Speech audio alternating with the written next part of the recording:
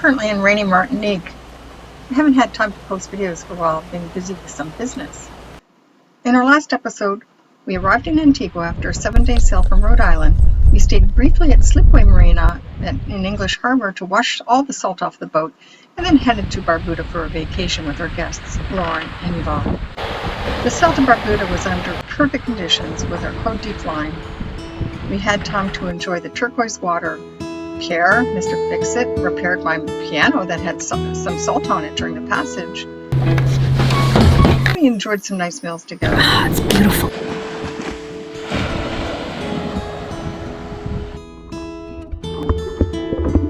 It was then time to return to Antigua, and it was again under excellent conditions with our Jennifer flying. So enjoy this video about our sail back to Antigua and also some views of Antigua before we left for Saint Martin. May 22nd, we've just left Barbuda. It's early in the morning, so we didn't have good reef visibility. We just followed our track out of the anchorage, more or less.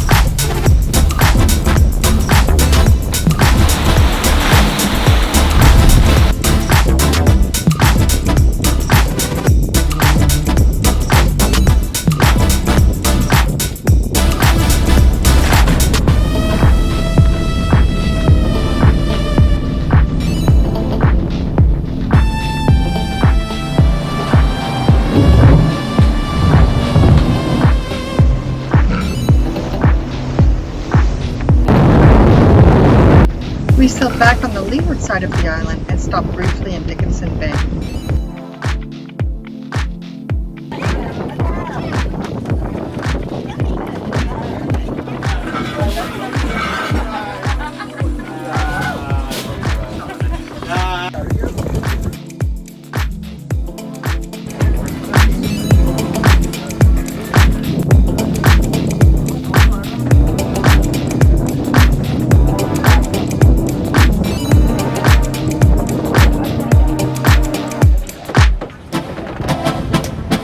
In English Harbor, we had a chance to visit a bit of Nelson's Dockyard. Lauren and Yvonne left to take a vacation in a hotel as we prepared bio-trek to leave for Saint Martin. So we are sitting in English Harbor in Antigua. We had a terrific passage. We've been to Barbuda to chill out. We are all dressed up. We're all dressed up because we're about to go for dinner at the French restaurant. The restaurants, they're not all open on all nights. I think that's because obviously with COVID and being off season.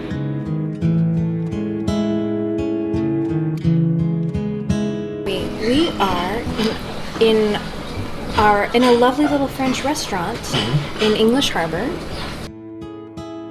We had some fun with some rapid fire questions. Favorite drink? Manhattan. Gin and tonic. Favorite experience so far on bio-trek? Oh, how do you pick? The stars. Under sail, relatively calm seas. I came on at midnight and Scorpio was just there rising above the horizon. It was just lovely. I totally agree. That was actually the fourth night. No moon, clear skies, and seeing as a shooting star can actually light a little bit of the water. That to me, that was impressive. Most important thing you learned during the voyage? And inspect the rigging every single day. This passage has been so important. There have been things that gear spotted out at the right moment. I totally upped my game on instrument reading. And sailing long distance with a dog. Not with dog, with tiller. With which tiller. tiller is the perfect boat dog. Look at that. These are the appetizers. Yeah. Excuse me. Yep. Foie gras. Yum yum yum. Enjoy. Thank you. We will. Okay. There are so many things that I feel like we've absorbed. All of these kind of concepts that you have that were more theoretical or that you're watching other people do on YouTube, you're actually doing them. So there's this absorption of information and knowledge that it feels good. Okay, what advice would you give us? What? The advice is to do something like you guys did. Get on a boat and go a long distance with somebody that you think is a great captain and a boat that you trust and get the experience. That's my advice. I have absolutely nothing to say. You know exactly what you have to work on. You found that very quickly. No, you guys are perfect setup. Right? What are the best and worst parts about the cruising lifestyle? Best? You live in the present, and the present being your own present, not watching the news every night and getting all stressed out. Yep. The worst? Storms when you're at anchor. I think storms at anchor are worse than storms at sea. Please elaborate. I like that.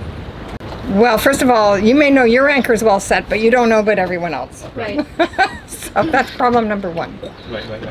And you know what? If you're going to get hit by lightning, it's probably when you're close to land. Best and worst parts about the cruising lifestyle? What's the worst? Best is everything. Best is everything. All of it. Worst, I don't know. I don't know. Maybe it's going to a country where you don't feel secure. Would just make you feel uncomfortable. So you try to travel in little groups of people, of boats, instead of by yourself. There are some areas still where you have to be a little bit careful. We moved BioTrek to a dock at Nelson's Dockyard and had a chance to visit the historic buildings. Nelson's Dockyard is generally a hub of activity even off-season. With the pandemic still ongoing in May 2021, it was pretty quiet. Okay, Taylor, go on.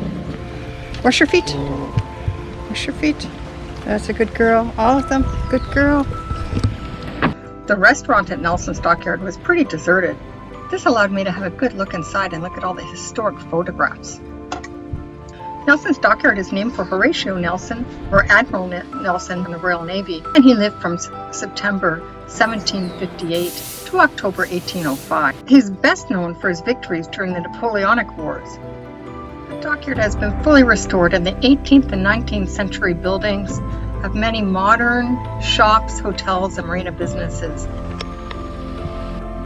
Antigua has fabulous hiking trails, well marked as well, with beautiful views of the ocean and of the ports that line the coast.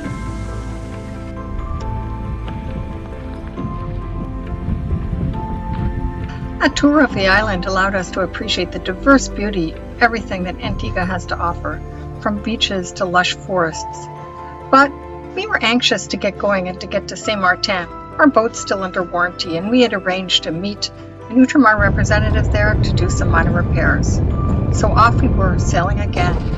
And until next time,